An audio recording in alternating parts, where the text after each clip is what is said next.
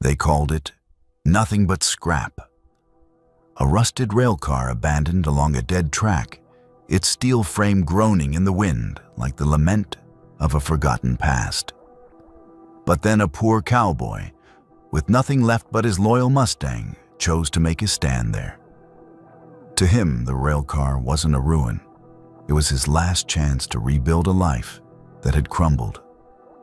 Day after day, the sound of hammer and saw replaced the laughter and scorn of the townsfolk.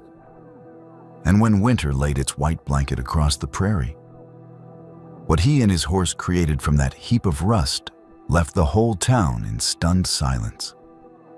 A home glowing with warmth and a story no one ever expected. Before we dive in, let us know where you're watching from. And if you enjoy this story, don't forget to subscribe. Elias Carter was a man in his 40s, though the lines across his sunburnt face and the gray streaks in his hair made him look older. Once not long ago, he had been the proud owner of a modest ranch left to him by his father. It wasn't the largest spread in the territory, nor the most fertile, but it had been his. Acres of rough pasture rolling into the horizon, a herd of cattle that bore his brand, and a small wooden house that had held the laughter of evenings with his sweetheart. But drought had a way of stripping pride bare. One dry season bled into the next.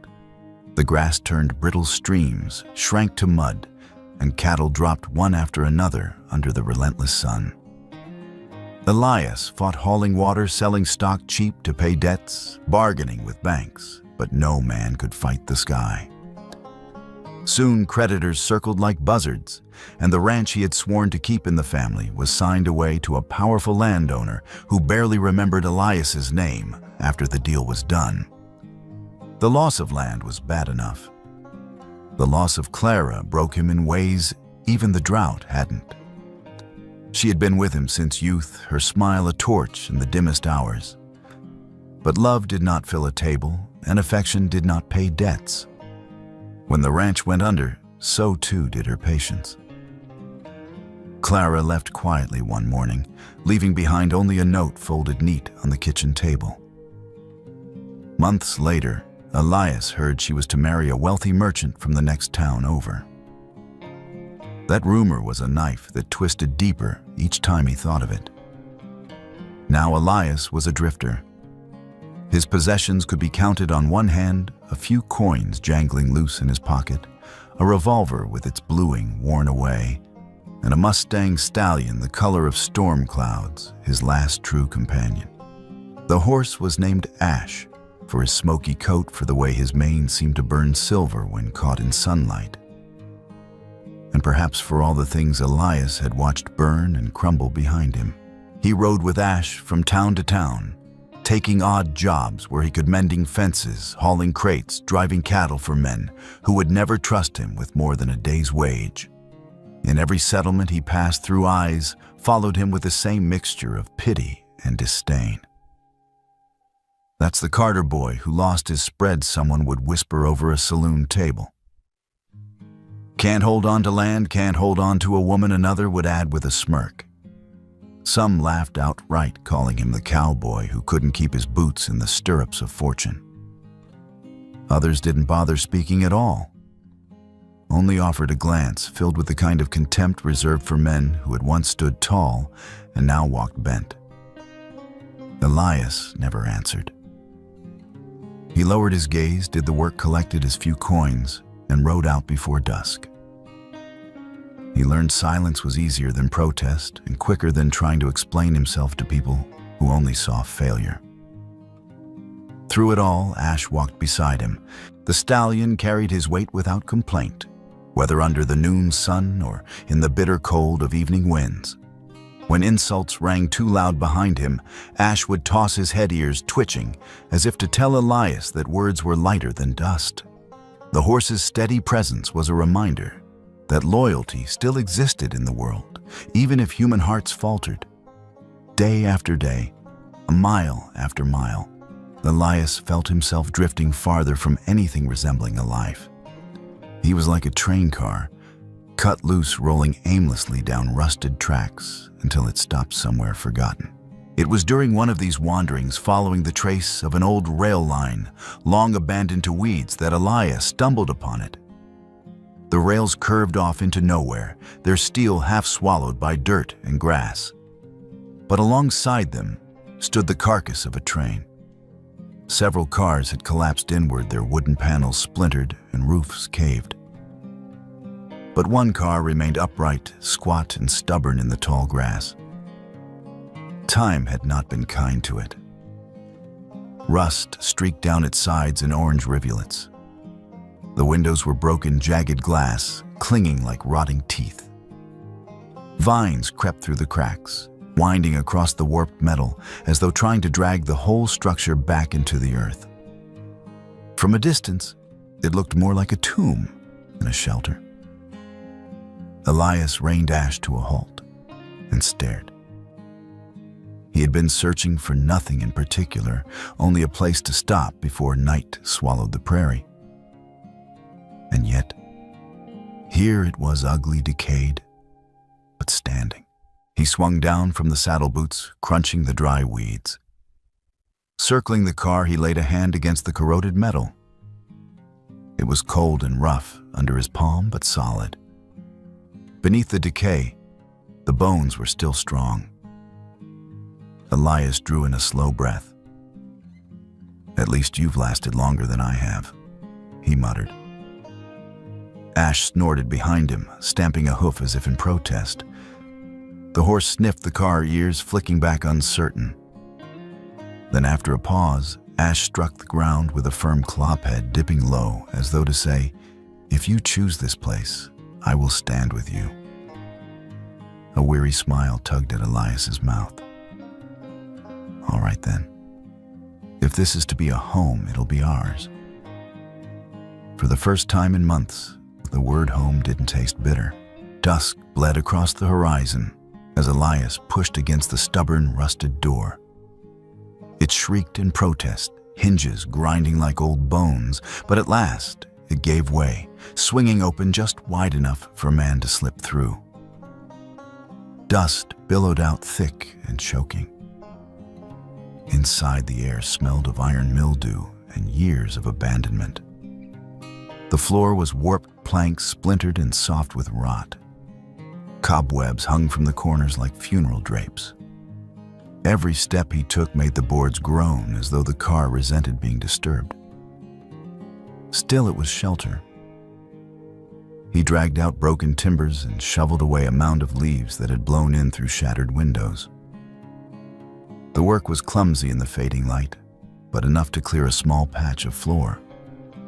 From his saddlebag, he pulled a thin blanket, spreading it over the least damaged boards.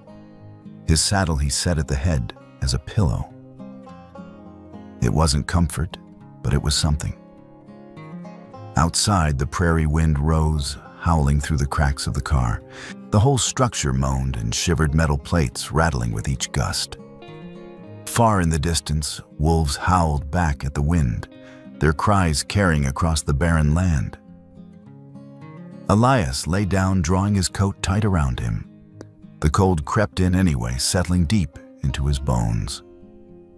At the doorway, Ash folded his legs and lay down like a sentry, ears pricked his body, a barrier between the man and the dark. Sleep came only in fragments. Elias drifted in and out, memories slicing into him like knives. He saw flames racing across dry grass the night a lightning strike had set part of his pasture ablaze, destroying what little hay he had stored. He saw Clara's face, eyes downcast, as she walked away, her voice echoing, "I can't live like this anymore, Elias." And above it all, he heard the jeering voices of men in saloons, the cruel laughter of strangers calling him a fool, a failure, a ghost of a cowboy. He jolted upright with a gasp, chest heaving sweat cold against his skin, though the air around him was freezing. For a moment, he didn't know where he was, the ranch, the fire, the empty house. Then a soft sound grounded him, a low whicker, close and steady. Ash was at his side, muzzle pressing against his hand, warm breath ghosting over his knuckles. The horse gave a gentle nudge as if to pull Elias back from the abyss. Elias closed his eyes, inhaling that familiar scent of dust, hide, and hay. His trembling slowed, his breathing eased. The storm inside his head began to recede. "Easy, boy," he whispered, voice hoarse. He ran a hand down Ash's neck, fingers tangling in the coarse mane. "I'm here. I'm still here." The horse gave a soft snort and settled again by the doorway, watchful and calm. Elias lay back down, staring at the dark ceiling of the car. The iron above him was streaked with holes that let the faintest stars glimmer through. They looked like tiny cracks in a coffin, letting light in where none should exist. He turned onto his side, pulling the blanket tighter, his hand still resting against the warmth of Ash's shoulder. The afternoon had turned quiet, the kind of stillness that came before the land shifted into evening. Elias sat on the steps of the rusted rail car, whittling at a scrap of wood with his pocket knife. Ash grazed lazily nearby tail, swatting at flies' ears, flicking toward every sound in the distance.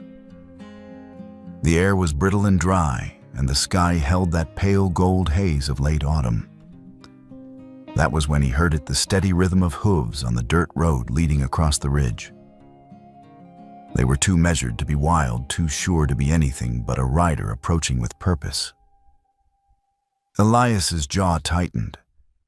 Few men had reason to ride out this far. Through the curtain of weeds and drifting dust, a figure emerged. The rider sat tall on his sleek bay gelding reins, in one hand posture straight. His clothes were neat shirt tucked crisp into his trousers boots, polished hat angled just so. Even the horse was well-groomed coat glistening in the low sun. Elias recognized him before he spoke a word. Jed Carter, his cousin. Jed had always been the tidy one, the one who seemed untouched by hardship. Where Elias had inherited sweat and scars, Jed had inherited opportunity. Their lives had forked long ago, but family was family, and blood had a way of crossing miles uninvited. Elias, Jed called as he reined in near the railcar. His voice carried the tone of courtesy practiced more out of obligation than genuine warmth. Elias stood brushing dust from his palms. Jed. For a moment, neither man moved. Jed's eyes flicked over the railcar, the broken glass windows, the makeshift door. His lips pursed, though he tried to hide it. That fleeting look of pity was worse than outright mockery. "Didn't expect to find you out here?" Jed said, sliding from his saddle with the ease of a man who hadn't spent the last month sleeping on wood floors. He looped his reins over a post and approached boots crunching the frost-hardened grass. Elias crossed his arms, body stiff. "Didn't expect to be found." Jed gave a short laugh, too quick as though to cover discomfort. He glanced again at the car, then back to Elias. "I'd heard talk in town. Folks said you were living in an old train car by the line. Thought it was just gossip." "It ain't gossip," Elias answered flatly. The silence stretched, filled only by Ash's snort as the Mustang watched from the edge of the field. Jed shifted eyes, skimming the ragged edges of Elias's coat, the calluses on his hands, the tired set of his shoulders. He cleared his throat. "I suppose you know why I came," Jed began. His voice had softened as though preparing to deliver a blow. Elias's gut tightened. "Spit it out." Jed hesitated, then met his cousin's eyes. "Clara. She's getting married. To a merchant from over in Red Bluff. Ceremony set for spring." The words hit like a hammer to the chest. Elias didn't flinch, but his throat worked dry and tight. He felt the air leave his lungs in one hard gust, as if all strength had been drawn out through his boots. Jed went on, stumbling slightly now. "He's wealthy, respectable. Gives her a good life. Folks say she seems happy." Elias turned his head, staring past Jed, past the horse, past the horizon itself. He would not let Jed see the storm rising behind his eyes. After a long pause, he nodded once. Just once. Jed shifted again, uneasy. Look, Elias, I don't mean to rub salt, but you can't keep living like this. You ought to find steady work, settle down somewhere proper. Don't give people more reason to say you've lost your mind. That last sentence burned worse than the news itself. Elias's jaw clenched, but he said nothing. Jed, perhaps relieved by the silence, gave a quick tug to his hat brim, mounted his gelding, and turned the animal back down the trail. Take care of yourself, he called over his shoulder, already pulling away. Dust rose in the wake of his horse and settled slowly over the weeds until there was nothing left but emptiness again. Elias lowered himself onto the railcar steps, elbows on his knees, staring at the dirt. The echo of Jed's words lingered long after his cousin disappeared from sight. The news of Clara's marriage wasn't unexpected. Rumors had trickled to him before, but hearing it spoken aloud confirmed was like watching the last ember of a fire wink out. His chest felt hollow, as though something vital had been scooped clean from him. Inside the rail car, the air was damp and stagnant. Elias pushed the door closed behind him and sank onto the rough floorboards. The faint scent of rust and mildew pressed in, cloying and suffocating. He thought of Clara, the way her laughter used to carry across the ranch yard, the afternoons they'd ridden side by side under wide skies, her hair flying loose, her eyes alive with fire. He remembered evenings when she'd leaned against him on the porch head, resting on his shoulder, whispering plans for a future that had vanished like smoke. Now she belonged to someone else. The thought clawed at him merciless. Not only had he lost his land, his pride, his purpose, he had lost even the memory of belonging. Even my past ain't mine anymore, he muttered to the shadows. The rail car groaned as a gust of wind pressed against it. Elias pressed his palms against his eyes, willing the ache in his chest to subside. But the emptiness only grew heavier, threatening to drag him under. He sat motionless for what felt like hours, eyes vacant, body heavy as stone. The silence was thick, unbroken, until a gentle nudge against his shoulder startled him.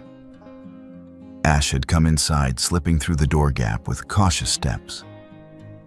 The Mustang lowered his head and pressed his muzzle against Elias's arm, breathing warm air into his sleeve. Elias swallowed throat tight. You again, huh? His hand moved instinctively to the horse's neck, fingers tangling in coarse mane. Ash stood steady, patient, as though reminding Elias that not all bonds had shattered. Later, when Elias gathered enough will to tidy a corner of the car, Ash's behavior drew his attention. The horse pawed at a patch of floor in the far corner, hooves striking wood with a hollow sound. Elias frowned. What is it now, boy? Ash snorted, pawing again, ears pricked forward. The sound was different, less a solid thud, more an echo, as if the planks covered a void beneath. Elias knelt, rapped his knuckles against the wood. The vibration confirmed it. There was empty space under the boards. A flicker of curiosity pierced the fog of despair. He set aside the rag he'd been holding and retrieved his pocket knife. With its small blade, he pried at the edges of the plank. At first, the wood resisted, creaking like a stubborn door. Ash blew hot air over his shoulder, impatient. Hold your horses, Elias, muttered dryly, lips twitching at his own pun. He wedged the blade deeper, then leveraged it with a grunt. The plank popped loose with a loud crack, revealing a narrow cavity filled with dust and cobwebs. Nestled inside lay a small wooden chest, its iron latch crusted with rust. Elias reached down, hands trembling, and pulled it free. It was heavier than it looked, solid beneath the grime. For a moment he just stared at it, breath caught in his chest. Slowly, reverently, he brushed away the cobwebs and tried the latch. It resisted, then gave way with a groan. Inside were relics wrapped in oilcloth, a broken fountain pen, scraps of cloth worn thin with time, and most striking, a leather-bound journal. The cover bore faint lettering, nearly faded, but still legible: Silas Carter, railroad carpenter, 1892. Elias's heart thudded. His grandfather's name. Hands shaking, he opened the journal. The scent of old paper and ink drifted up, sharp and earthy. Neat handwriting sprawled across the yellowed pages. On one of the first pages, a line leapt at him, as though written only for this moment. A man is not remembered for what he lost, but for what he built with his own 2 hands. Elias whispered the words aloud, voice raw. They struck like a hammer blow, ringing deep inside him. He turned another page. Diagrams of joinery. Notes on repairing beams, replacing floor planks, sealing leaks against winter weather. But between the instructions ran something deeper, the philosophy of a craftsman. Every piece of wood carries a story. It is the task of a craftsman to listen, and then give that story a new voice. Elias saw his grandfather's face in memory, a broad-shouldered man, smelling of pine shavings and smoke, sitting by lamplight in a workshop. He remembered Silas's voice telling him as a boy, "Don't let the world write your story, Eli. Let your hands do the telling." The journal trembled in his grip. All day the news of Clara's marriage had sunk him into despair. Yet here, in the hidden hollow of a rusted car, he had found words that reached across decades to steady him. He closed the book gently, pressing it to his chest. Ash nudged him again, eyes dark and steady. Elias exhaled. Maybe this ain't just scrap iron after all. Maybe we can make something of it. The morning after finding his grandfather's journal, Elias rose with a sense of purpose he hadn't felt in years. The first step was stripping the old rail car of everything rotten. With sleeves rolled up, Elias stepped inside the hollow shell. The benches that had once carried passengers decades ago were little more than skeletons, cracked and sagging, their bolts eaten through by rust. He planted his boots against one and yanked hard. With a groan, the wood split, collapsing in a heap of dust. Each pull, each crash of decayed timber hitting the floor felt like tearing away a piece of the life that had haunted him. It was like molting, shedding a skin that no longer fit.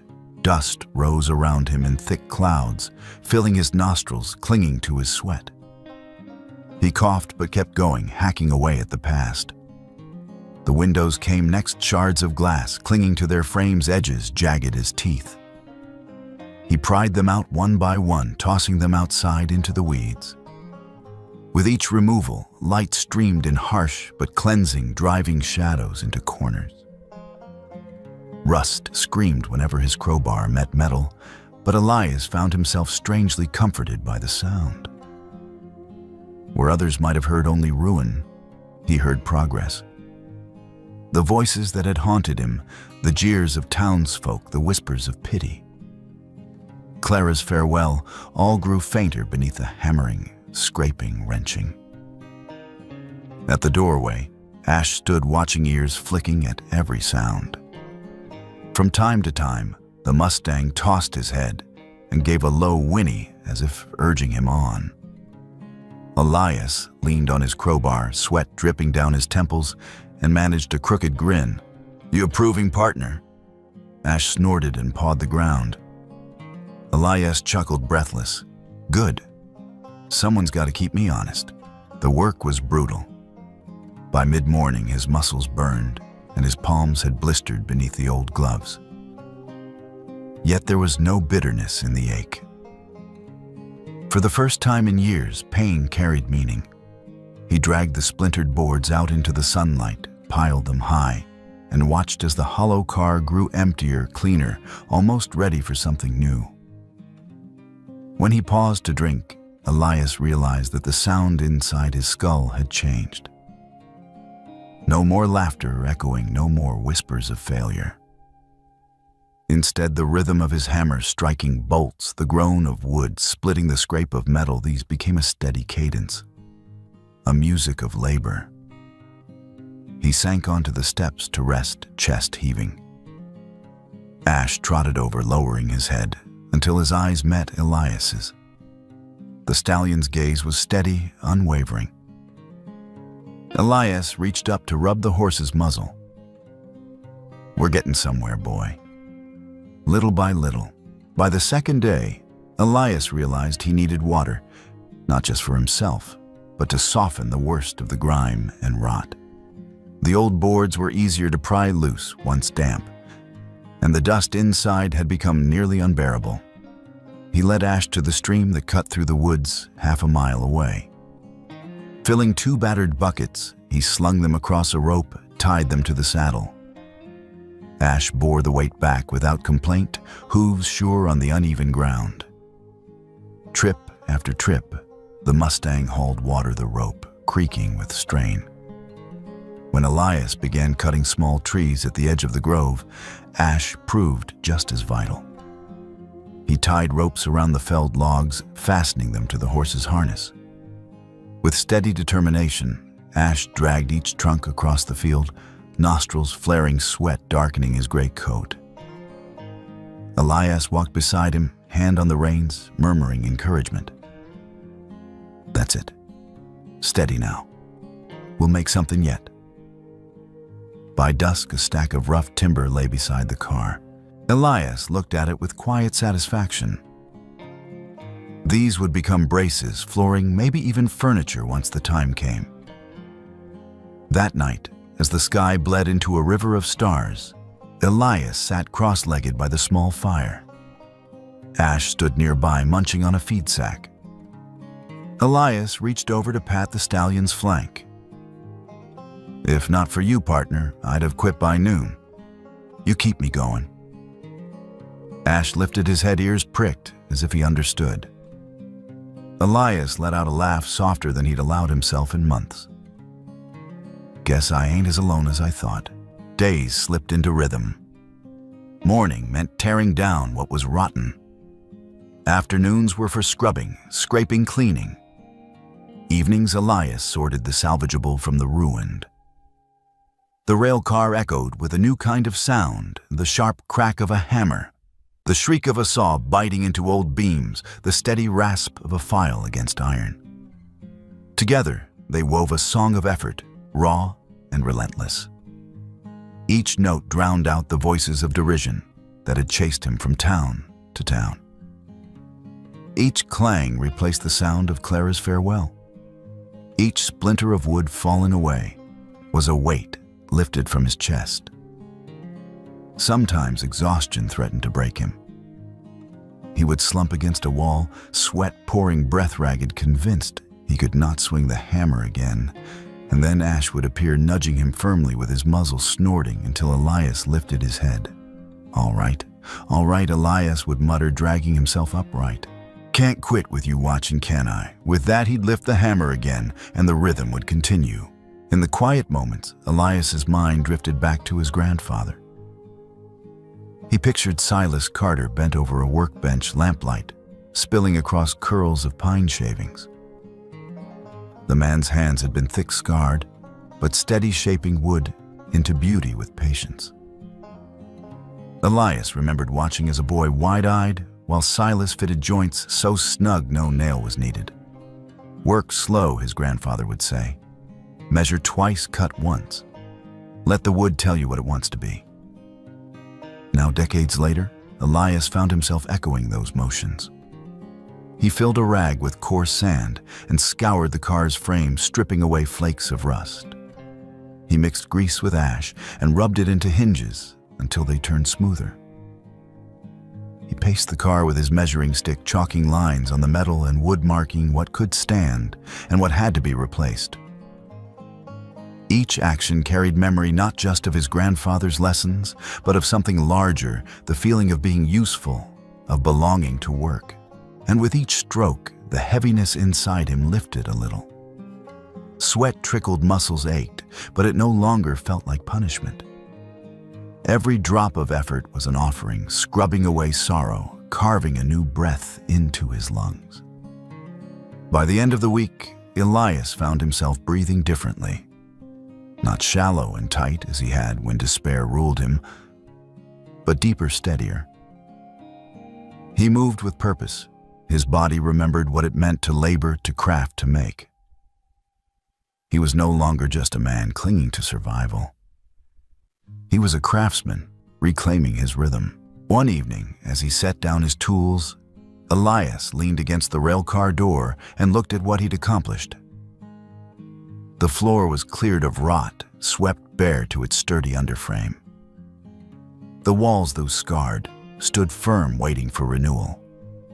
Light from the setting sun streamed through the open windows, painting gold across the raw skeleton of a home.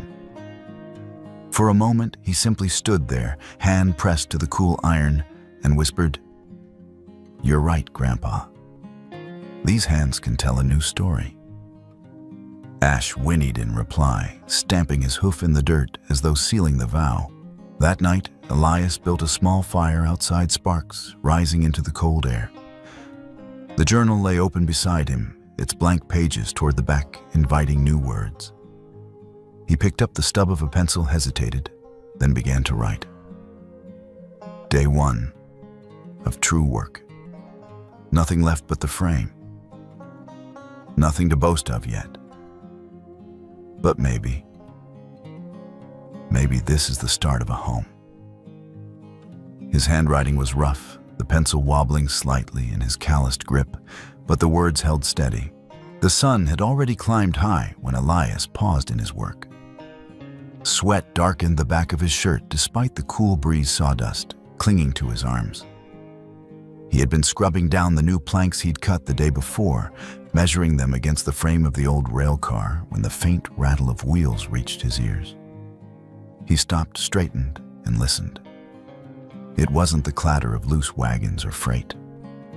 This was lighter, sharper, the sound of a carriage or buggy drawn by a horse used to smooth roads rather than open country. The noise grew clearer, accompanied by the crunch of wheels over gravel and the steady rhythm of hooves. Elias wiped his forehead with the back of his wrist and stepped outside. Down the ragged track, a small two-seater wagon rolled into view, pulled by a chestnut mare. The vehicle slowed, then stopped in the open field before the rail car.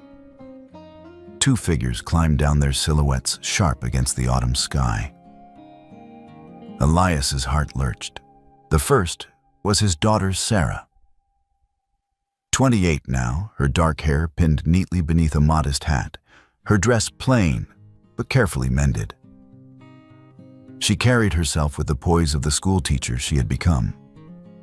Her gaze steady, her jaw set with the resolve of someone accustomed to instructing children who did not always listen. Beside her stood Luke, just 25, crisp, in a buttoned shirt and pressed trousers that seemed out of place among the weeds. His hair was combed, his boots dusted but not scuffed. There was a tension in his shoulders, the air of a man who measured life in numbers and order rather than sweat and iron. Elias froze in the doorway of the railcar, hammer still clutched in one hand, dust streaking his cheeks. Sarah's eyes widened. Luke's mouth pressed into a thin line. Ash, grazing nearby, lifted his head and trotted closer, stamping a hoof as though to guard his master. His ears pinned back, watching the two newcomers with suspicion. The air between them was heavy, brittle. No words came at first. Only the creak of the wagon, settling the hiss of wind through the grass, and the faint metallic groan of the old rail car behind Elias. Sarah was the first to break the silence. Her gaze darted from the hammer in her father's hand to the rusted walls of the car and the half-finished piles of timber scattered about. Her voice trembled slightly, but carried a teacher's firmness. "Father?" She began, pausing to steady herself. "You can't live like this. Not here. Not in this place. Her eyes filled with more worry than anger. "You have to show the town you haven't lost your mind." Her words stung sharper than if she'd shouted. She spoke as though scolding a wayward child, trying to coax him back onto the safe, proper path. Elias gripped the hammer tighter. He opened his mouth, closed it again. His throat constricted. What words could he possibly offer? To Sarah, the car was evidence of madness. To him, it was hope, the only fragile strand he had left to cling to. He stared at her mute dust, coating the sweat on his face, while Sarah's brow furrowed with helplessness. Luke, meanwhile, walked a slow circle around the railcar. His eyes moved critically from the patched walls to the new planks stacked nearby to the scattered nails and buckets of water. He bent slightly, rapped his knuckles against a beam, then shook his head. When he spoke, his voice was clipped dry like a man reading a ledger. "Father, you stay here in this wreck." He gestured broadly at the rusting hulk. "Who's going to believe you're sane?" The words struck like knives, each one slicing deeper. Luke did not shout, did not sneer. He stated it as plain fact, the cold judgment of reason. To Luke, this railcar was not the seed of something better. It was proof undeniable that his father had lost his way. Elias felt his jaw tighten his chest, hollowing with each syllable. To be judged by strangers was one thing. To be dismissed by his own son, it gouged deeper than any insult from townfolk. Finally, Elias set the hammer aside. He turned to face them both fully. His voice, when it came, was hoarse but steady. "This," he said, sweeping an arm toward the car. "The tools, the half-cleared space, this is how I survive. Not a game, not madness. Work, my hands. That's what keeps me breathing." Sarah shook her head, tears brimming in her eyes. "But you're destroying yourself. People will talk, they'll say you've lost your senses." And then her voice cracked, words faltering. She pressed a hand to her mouth. Luke stepped forward, sharper, more insistent.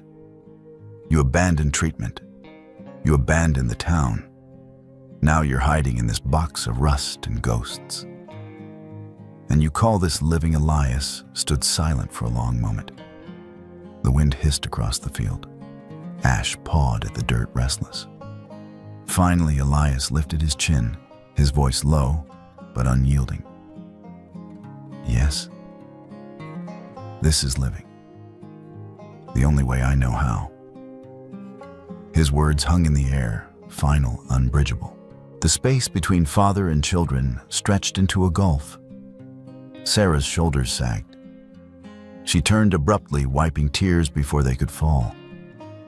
She hurried back to the wagon skirts, brushing against the weeds.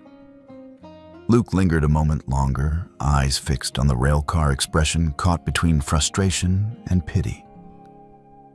Then he followed, climbing onto the seat beside his sister. The mare tossed her head, the wagon jolted forward, and soon the crunch of wheels and hooves faded down the road, leaving only a drifting cloud of dust. Elias did not move. He stood framed in the doorway, eyes locked on the horizon, long after his children had vanished. Ash pressed close, shoulder brushing against him, nostrils flaring softly, as if to say, "I'm still here." Elias reached down absently to stroke the horse's mane, though his mind was far away. His chest heavy with a pain that no labor could scrub clean. Of all the wounds he had borne, losing the ranch, Clara's departure, the laughter of strangers, nothing cut so deep as the look in his children's eyes. It was not anger that haunted him. It was the certainty that they did not believe, that they could not see what he was building, could not understand the work that kept him alive. That evening, as shadows stretched long across the weeds, Elias lowered himself onto the steps of the rail car. The hammer lay abandoned beside him. Across his knees rested the journal of Silas Carter, the leather cracked, but the words inside still burning. He flipped it open, eyes falling on a line he had read before, but never needed more than now. A craftsman is often misunderstood, until the work is finished and the story is plain for all to see. Elias traced the letters with a calloused finger, his throat thick. "They don't see yet, Grandpa," he whispered. "But maybe one day they will." Ash nickered softly, head bent near his shoulder. Elias let out a shaky breath, resting his hand against the horse's warm neck. The weight of misunderstanding pressed heavier than any mockery the world had thrown at him. But in that moment, he clung to the journal, to the work, and to the only companion who believed without needing proof. "I'll keep at it," Elias murmured, "even if it's just you and me." The noon sun hung heavy, baking the fields in a dull haze. Elias sat on the steps of the rail car, shoulders slumped, wiping grime from his hands, with a rag that had once been a shirt sleeve. The morning's work had drained him, scraping, sanding, hammering, but the ache in his muscles was the kind that reminded him he was still alive. Ash stood a few yards off, head bent over a patch of stubborn weeds. His tail flicked lazily against flies. The only sounds were the creak of the prairie grass in the wind, and the occasional rasp of a crow circling overhead. Then Elias heard something new, the uneven rhythm of wagon wheels clattering against stones, the harsh exhale of a horse laboring under a load. He straightened, squinting against the glare. A wagon lumbered into view, piled high with scrap iron coils of chain and tools that clanked with every jolt. The horse pulling it was thick-chested, sweat darkening its flanks. On the bench sat a man broad of shoulder, though short in stature, his frame compact but sturdy. His hair was a shock of silver, his beard trimmed close but just as white. His skin was weathered, as if carved by decades of sun and smoke. The man reined in near the rail car and leaned back, drawing a long breath before wiping his forehead. Elias's chest tightened. Another visitor. Another curious soul who had come to gawk at the crazy cowboy wasting his life in a rusted car. He braced himself, a jaw setting hard. The man climbed down slowly, boots thudding against the dirt. Up close, Elias could see the breadth of his hands, scarred, stained thick with old strength. The man's eyes narrowed against the sun as he looked at Elias, then past him at the rail car. Elias crossed his arms, ready for ridicule. But the man didn't laugh. He didn't sneer or shake his head. Instead, he walked closer, slow and deliberate, circling the car as though studying it. The man rapped his knuckles against one of the steel beams, leaned his ear close to the sound it made, then nodded. He traced the edge of a joint with his finger, tested the rivets with the heel of his hand. Elias followed him warily, confusion prickling. Finally, the man stepped back, folded his arms, and gave a single, satisfied grunt. "These beams are still good," he said in a voice deep and gravelly. "You've got yourself strong bones here." Elias blinked, caught off guard. The man looked straight at him, his eyes crinkling. "You're doing something worthwhile." For a moment, Elias couldn't speak. The words hung in the air like cool water spilled onto parched earth. He had grown used to judgment, to whispers, to pity. But never had anyone looked at the car and seen what he saw. His mouth opened, but no words came.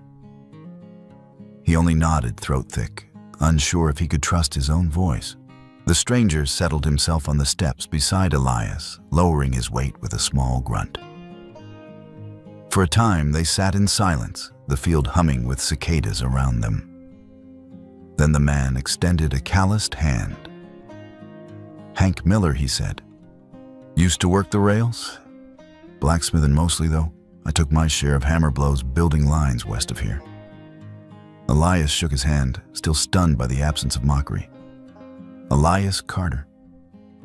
Hank nodded once, as if the name carried weight. "Heard about you. Folks in town talk plenty." Elias's jaw clenched, shame flaring. He braced himself for the echo of those whispers, but Hank only shrugged. Most of them don't know the sound of steel when it rings true. Don't matter what they say. I wanted to see for myself. He tapped his finger against the step beneath him. And what I see, a man putting his back into something that'll outlast the dust. Elias stared, words failing him again. They spoke for a long while, their voices low, mingling with the soft creak of the wagon and the occasional shuffle of ash nearby. Hank told stories of his youth days when the railroad stretched across empty country, when he and crews of men drove spikes and laid track beneath unforgiving sun. We weren't just putting down iron, Hank said, his eyes distant. We were laying a road for whole towns, for folks to travel, for lives to grow. Steel and sweat, that's what stitched the land together. Elias listened, the images painting themselves in his mind. He thought of his grandfather Silas, who had worked wood for the same railroads, carving timbers and fitting joints. The resonance between the two men was uncanny. Hank's words carried the same echo of legacy he had found in the journal. At last, Elias spoke quietly. I'm not building railroads. I'm just trying to find a way to breathe. Hank's eyes flicked to him, then softened. A slow smile tugged at the old man's mouth. Busy hands make for quiet thoughts. You're on the right track, son. The words warmed Elias in places long cold. He let out a breath he hadn't realized he'd been holding. After a time, Hank pushed himself up, joints popping.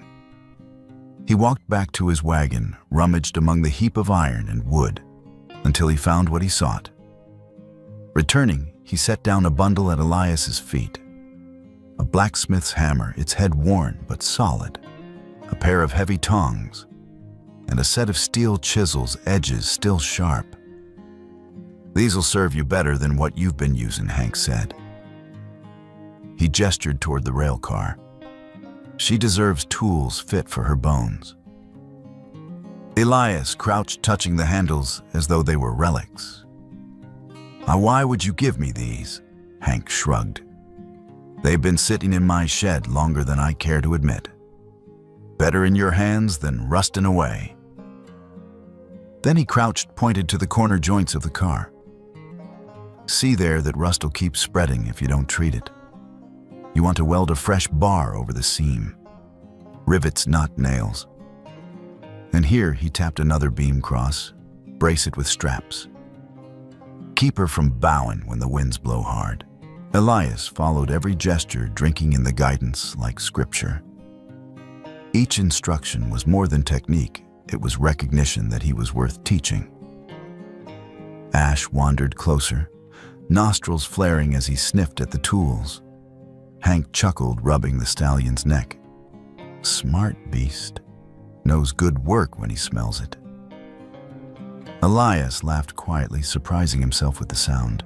When at last Hank turned to leave, he lingered by the wagon, eyes sweeping once more over the car, the tools, and the man standing in the doorway. He nodded slowly. Don't let folks tell you you're crazy. Any man who can see what's left in old bones and bring it back, he ain't lost. He's a craftsman. And that's what you are, Elias Carter. You're not a failure. You're a worker of hands.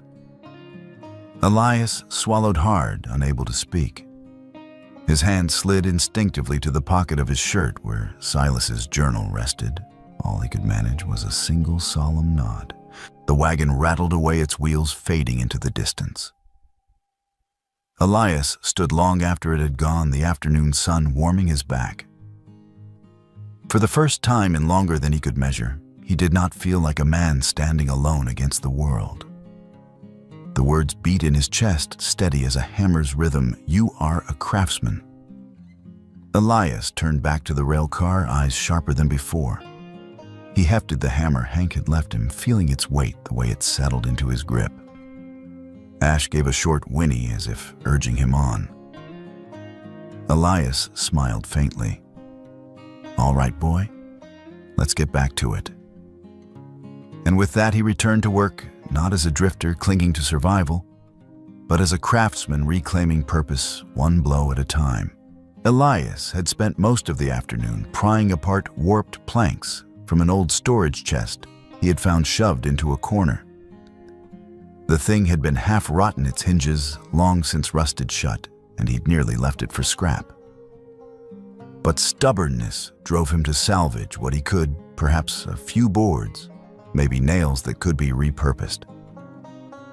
When he paused to wipe sweat from his brow, Ash wandered closer, snuffling curiously around the chest.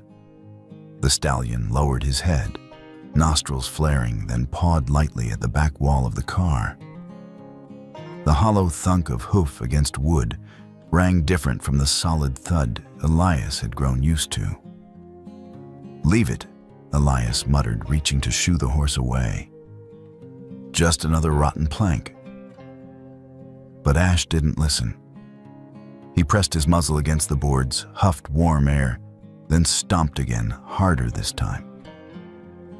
A small whinny followed, sharp and insistent, as though demanding Elias's attention.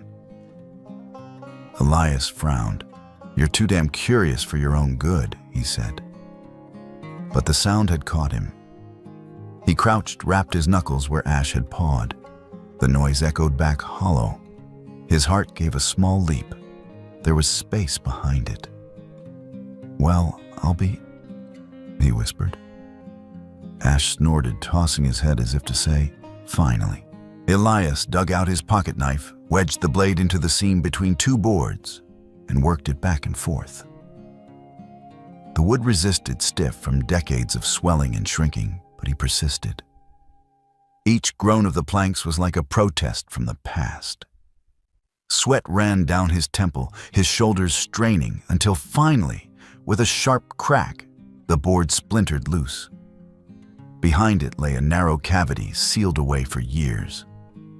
Dust and cobwebs choked the hollow space, but tucked inside were several small bundles wrapped in oilcloth edges, yellowed with age, but still intact. Elias's pulse quickened. He reached in slowly, almost reverently, and drew out the first bundle. The weight of it in his hands was small but electric, like holding a piece of time itself. One by one, he set the packages before him on the cleared floor, heart hammering in his chest. His fingers trembled as he began to untie the first knot, peeling back the cloth layer by layer. Inside lay a piece of paper folded and brittle at the edges. He opened it carefully, afraid it might crumble. The childish scrawl hit him like a bullet to the chest. A drawing, crude, lopsided, colored with faded pencil lines. A tall figure holding the hand of a small girl. Above, in crooked letters, "Daddy is a hero." Elias's breath caught.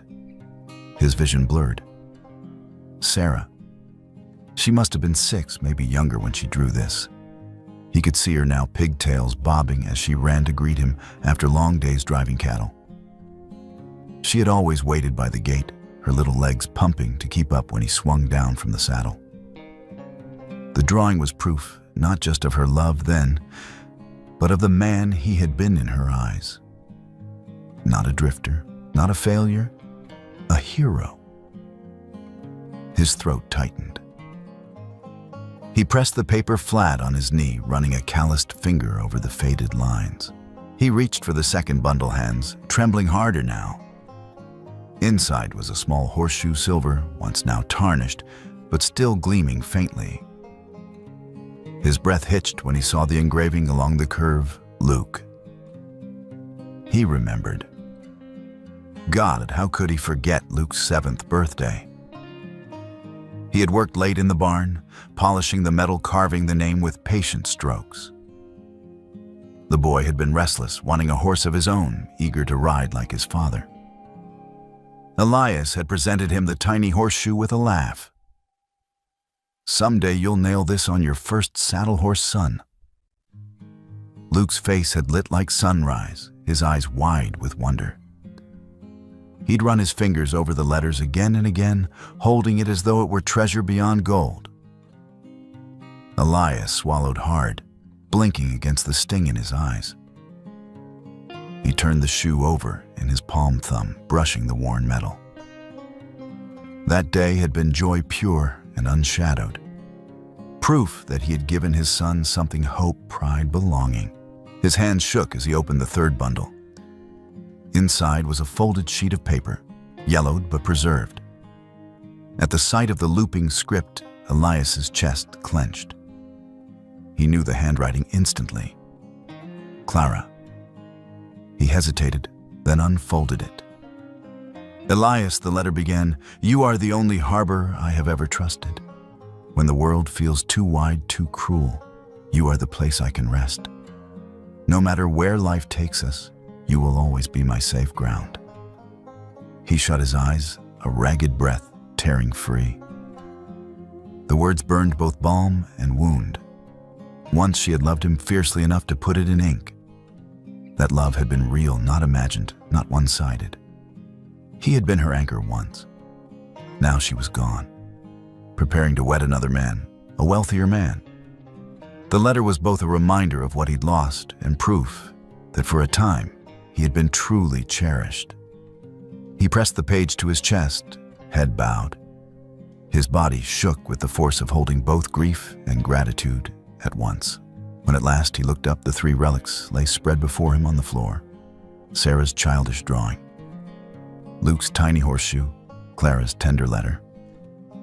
Ash lay close, stretched along the planks, his dark eyes watching quietly. Elias drew a deep, uneven breath. "I wasn't always this." His voice cracked in the stillness. "I was a father. I was loved." He sat cross-legged, staring at the fragile proofs of his life. They were more than mementos. They were evidence. Evidence that he had mattered, that he had been more than the man people pitied or mocked. A warmth spread through his chest, faint but undeniable. For months, the rail car had been nothing but a tomb, a place to endure. Now, as he looked at the keepsakes, something shifted. The car became a vessel not of decay, but of memory. A container not just for him, but for the story of his family. Elias gathered the items, carefully setting them on a makeshift shelf along the wall. His movements were reverent, as though placing them on an altar. Ash nickered softly, resting his head near Elias's shoulder. Elias stroked the stallion's mane with one hand, his other lingering on the relics. "We'll turn this place into a home," he whispered. His voice was steadier now, carrying conviction. "Not just for me to survive in, but for us, for them, for the memories that still live here." He closed the journal of his grandfather, which lay open nearby, and added quietly, "It won't just be a roof. It'll be a house of memory, a place worth coming back to." Winter had crept in like a thief, laying its cold hand across the land. Frost clung to the bent weeds that crowded the tracks, and a thin skin of ice shimmered on the shallow puddles scattered through the fields. Each morning, the breath of Elias Carter came in puffs of mist, and the rusted sides of the abandoned railcar groaned as the wind cut through the valley. From the outside, the car looked little changed. Its iron skin was still streaked with rust, its ribs scarred by time. To a passerby, it was nothing but a relic that should have been left to rot. But inside, the world had transformed. The floors were smooth planks of pine, their honeyed sheen glowing in the lamplight. The scent of resin lingered fresh and clean, masking the mildew that once ruled the air. In the corner stood a small iron stove, its fire crackling cheerfully, warmth spreading through the car and sending smoke curling skyward from the new chimney pipe Elias had installed. The windows, once gaping holes with jagged edges, were whole again, panes of glass salvaged, fitted carefully into frames he had measured and cut himself. Ash had claimed his place by the stove. The Mustang would fold his legs beneath him, eyes half closed, ears flicking lazily at every creak of wind outside. The horse seemed at peace, as if recognizing the car was no longer just shelter, but home. Elias sat nearby on a sturdy chair he had built with his own hands. His palms bore blisters. His muscles carried the ache of countless hours of labor. But his chest swelled with something deeper than exhaustion. He looked around, a faint smile curling beneath his mustache. Every nail, every cut. He murmured softly, voice rough with awe, "They all brought me here."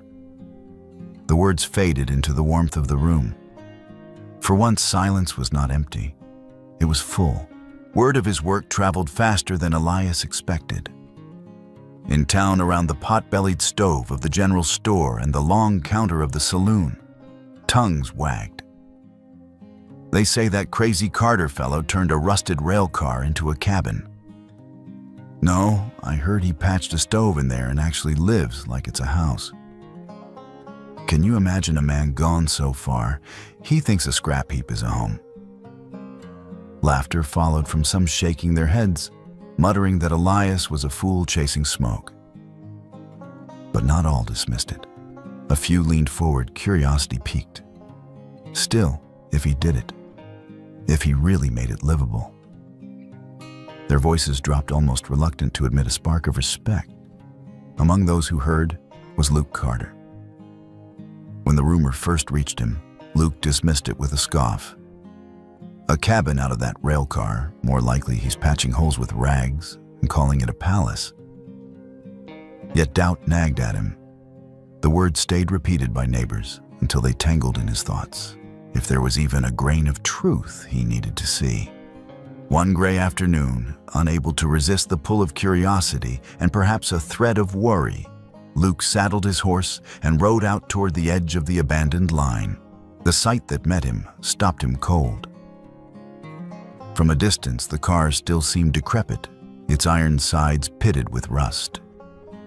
But smoke curled steadily from the chimney, pale against the winter sky. A thin trail of footprints in the frost led to and from the doorway. The air carried the faint, unmistakable scent of burning wood. This was no corpse of iron. It was alive. Luke tightened his grip on the reins, his mind swirling. He urged his horse forward, hooves crunching through frost, until he came close enough to see the braces Elias had fastened along the railcar's frame. The beams were straight, reinforced. It wasn't collapsing. It was holding strong. The door creaked open, and Elias stepped out. His hair was flecked with sawdust, his shirt sleeves rolled to the elbow, the lines on his face deeper than Luke remembered.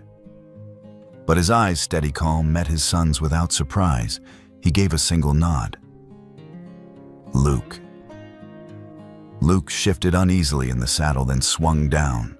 His boots crunched the frozen grass. For a moment, he just stood, caught between skepticism and wonder. "I heard talk," he said, voice low. "Didn't believe most of it." Elias said nothing. He only stepped aside and pushed the door wide. From within spilled warmth, a glow of lamplight, and the rich smell of pine and smoke. Luke's breath caught as the wave of heat washed over him, chasing the chill from his coat. He blinked, eyes adjusting, then stepped into a world he hadn't imagined possible. Inside, Luke turned in slow circles, his jaw slack. This was not the rusting shell he remembered, the one he and Sarah had condemned as madness. This was a cabin. The pine floor gleamed beneath his boots. A rug of woven scraps covered part of it, softening the starkness. The stove in the corner radiated warmth, the flames dancing behind its iron door. Light poured through clear glass panes, the air inside clean, touched with the scent of fresh wood. Ash raised his head from the hearth, blinking at Luke with calm, unreadable eyes, before laying it down again. Luke could barely find his words. You did all this." Elias's voice was quiet but firm. "With my hands." He motioned toward the planks. "I cut and joined every piece. The stove, built it from brick I hauled myself. Windows, salvaged glass fitted into new frames." He ran a hand over a shelf tucked into the wall. all of it, little by little. Luke followed him deeper inside. His fingers brushed the smoothness of the wood, the even seams where boards met the careful fitting of nails. He could see the patience in each detail, the hours of steady work etched into every joint. At one corner, Elias opened a small compartment. Inside rested objects Luke hadn't seen in years, Sarah's childish drawing, a small silver horseshoe engraved with his name, and a folded letter. Elias's voice caught as he said, "This isn't just a place to live. It's a place to remember. Proof that we were a family once. Proof we still can be." Luke stared at the treasures, throat tightening. His hand reached out at almost on its own fingers, brushing the horseshoe. Memories flashed the excitement of his first ride, the pride on his father's face. He felt it again for the first time in years. Silence stretched. He walked the length of the cabin, touching, studying, absorbing. The air hummed with something he couldn't name. Finally, he stopped, standing in the center of the room. His voice was low, unsteady, almost reverent. "Father." He swallowed hard, then said it louder, the words breaking free. "You turned scrap iron into a home." Elias lifted his head. His eyes shone not with pride, but with the raw ache of a man finally seen. For months, he had hammered against doubt, built against ridicule, and braced himself against the disbelief of his own children. Now, here in the warmth of the cabin, his son's voice broke the chains of all that silence. Luke looked around once more, then back at his father. "I was wrong." His voice cracked. "I thought you were hiding. But you were building. I see it now." The fire popped in the stove, sending sparks dancing upward. Ash shifted, snorting softly, as though approving. Elias let out a slow breath. "That's all I ever wanted. For you to see."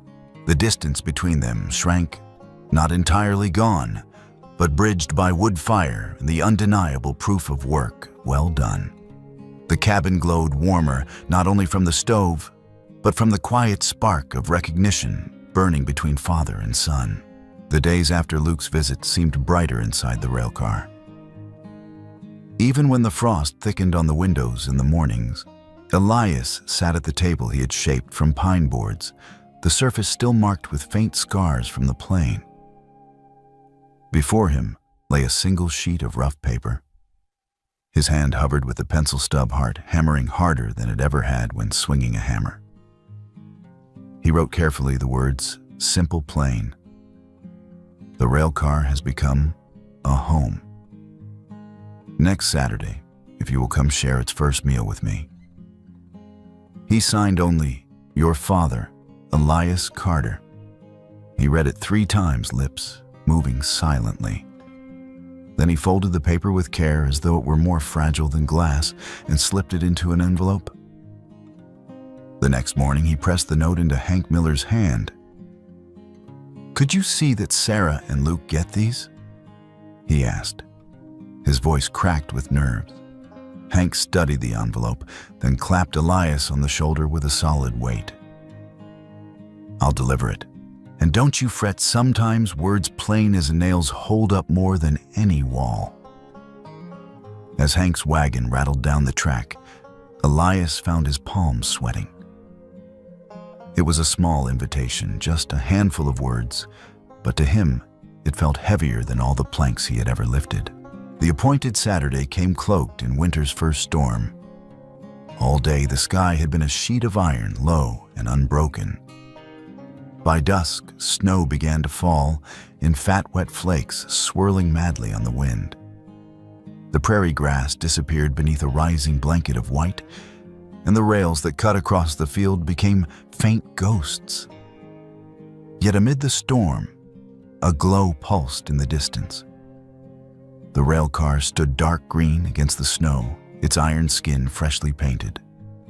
From its windows streamed warm golden light, slicing through the white curtain like the beam of a lantern. Smoke rose in a steady column from the stovepipe, carrying the sweet, resinous scent of burning pine. To anyone who passed it would have looked like a beacon in the wilderness, a lamp of life in the dead of winter. Inside, Elias moved with quiet urgency. The chicken roasted in the stove sent its aroma curling into every corner. A loaf of bread rested on the counter, its crust crackling as it cooled. On the round table, a plain cloth covered the boards, and the dishes he had scrubbed until they gleamed sat waiting. Ash sprawled near the hearth, ears twitching at every gust of wind outside. From time to time, he snorted softly, as though reminding Elias that he was not alone. Elias straightened the tablecloth one last time, though it hardly needed it. Then he stood at the door, listening. At last came the crunch of wheels over snow. He stepped outside into the swirling storm just as a wagon pulled up. Its wheels sank deep into the drifts, the horse steaming from the effort. Sarah climbed down first, scarf wrapped around her head, her eyes widening as she took in the glowing car. Luke followed and then turned to help his wife Maria descend. She stood a moment in silence, her gloved hands clutching Luke's arm, her eyes wide with quiet wonder. For several breaths, they lingered there, three figures against the white storm, gazing at the light pouring from the railcar windows. Then Sarah stepped forward and raised her hand to knock. The wooden door swung open before she could touch it. A rush of warm air spilled out, carrying with it the mingled scents of wood smoke, roasting chicken, and fresh bread. Elias stood in the doorway, shoulders squared, his old coat, neat, his eyes shining with nervous hope. "Come in," he said simply. Crossing the threshold was like stepping into another world. The storm vanished behind them, replaced by warmth that soaked through coats and gloves at once. The pine floor gleamed beneath lamplight. A rug softened the space near the stove, where Ash raised his head to watch the newcomers with calm eyes before settling back down. The small kitchen nook gleamed with clean wood and orderly shelves. And in the center, the round table waited, cloth-smooth dishes, set food steaming. Mariah whispered almost to herself, "This isn't a rail car, it's a home." Sarah's eyes swept the room, tears pricking. She had imagined wreckage, perhaps a tidy shelter at best. She had not expected warmth, light, beauty. Luke stood silent, jaw tight, though his eyes betrayed the storm of emotions he could not put to words. Elias closed the door softly behind them. For a long moment, he simply watched them taking it in. Then he said, voice low, "Welcome." When the first shock eased, Elias gestured toward the far wall. "There's something I want you to see." They followed him to a section paneled in darker wood. Against it hung a small collection of frames and shelves, each crafted with care. At the center was Sarah's childhood drawing, faded, wrinkled, but preserved under glass. The stick figure father held the hand of a small girl. The words above still legible. "Daddy is a hero." Beside it hung the silver horseshoe, polished until it gleamed once more, the letters of Luke's name, still clear despite age. Next to that was a letter folded and pressed under glass, Clara's handwriting flowing across the page. A worn ribbon of Sarah's childhood hair, a button from Luke's first jacket. Small things, but precious. Sarah's breath hitched. Her hand trembled as she reached out, fingertips brushing the glass of the frame. "I forgot," she whispered, tears spilling down her cheeks. "I forgot that you were my hero once." Luke stepped closer, laying his palm against the horseshoe. His voice cracked. "I remember the day you gave this to me. I thought I could ride the whole world." They both turned, eyes wet, and Elias stood silent, his arms open. They stepped into him, and he held them fiercely, burying his face in Sarah's hair, his shoulders shaking. Ash rose from his place by the fire, padded forward and pressed his muzzle into the circle, sealing it with the weight of his presence. The words came through tears, halting but true. Sarah clung to him, sobbing. "We were wrong, Father. We thought you'd given up. But you never did. You've been fighting all along, just in your own way." Luke's voice broke as he added, "I saw only madness. But now I see the man you are. A craftsman, our father." Elias could not answer at first. His throat closed, tears streaking down his weathered face. All he could do was hold them tighter, as though afraid they might vanish if he let go. At last he whispered, raw and trembling, "I built this for you. Not just the walls, not just the roof. For you." They stayed locked together for a long time, the sound of the fire, crackling the snow tapping at the windows. The warmth in that small space was greater than any stove could make. Dinner was simple roasted chicken potatoes, baked in the coals bread, crusty and warm, and a jug of cider Hank had pressed from his orchard. But at that table it felt like a feast. They ate slowly, savoring each bite, laughing between tears. Sarah spoke of her school children, of the boy who had learned to read after weeks of struggle, of the girl who insisted on bringing her pet chick into class. Her voice carried a joy Elias hadn't heard in years. Luke told of his work of columns of figures and ledgers that had once seemed so important. He admitted with a rueful grin that they felt small now, compared to the strength it took to build a home from rust and wood. Maria, quiet and gentle, listened with a smile. From time to time, she added a word, a memory of her own childhood, or a soft compliment about the cabin. Her eyes were kind, her presence a balm. Elias said little. He mostly watched, soaking in the sight of his children's faces, lit by lamplight, their laughter echoing in walls he had built. He filled his plate once, maybe twice, but it wasn't food that nourished him that night. It was this.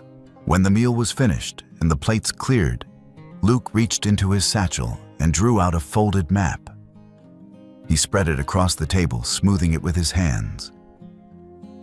"Father," he said, eyes bright, "this cabin has wheels still under her bones.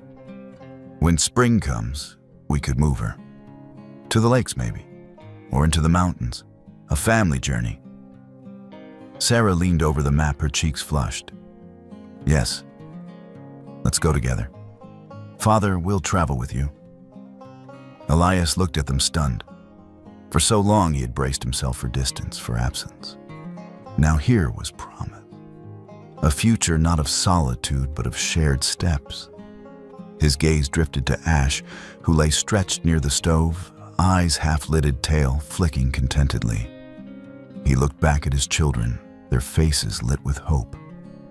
And in his heart, he knew home was not in earth or iron, not in a deed or a ranch. It was here in the circle of love, rekindled within rusted walls. Outside, snow fell thick and silent, covering the prairie in a soft white shroud. But inside the rail car, the fire glowed bright, steady and sure, a flame that would not fade. It was more than warmth. It was promise.